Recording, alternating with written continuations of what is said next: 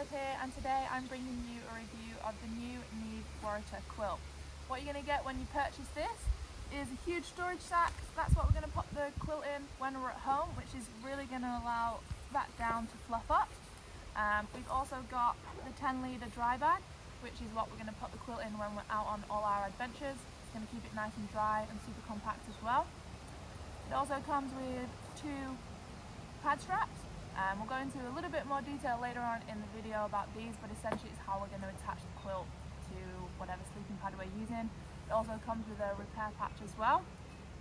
For cold sleepers like myself, it comes in a -2 and a -A option. I've got the -2 here with me today, which weighs in at 635 grams and has 950 fill of premium Goose down, which means the warmth to weight ratio is insanely good.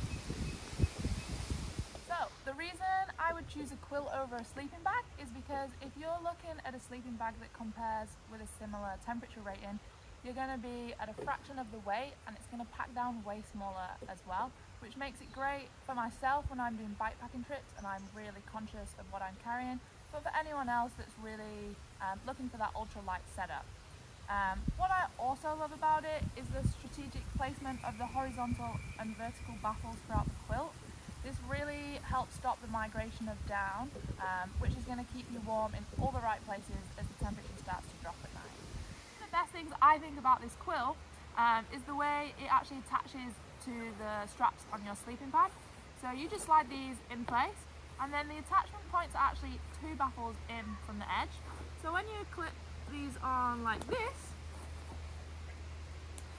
it actually means this excess material is going to wrap round, hug you in the middle of the night, and it's going to stop all those cold drafts from moving in.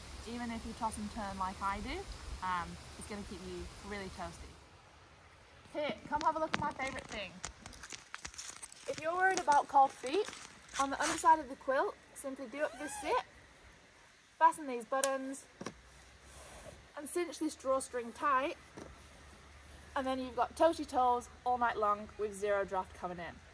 Epic.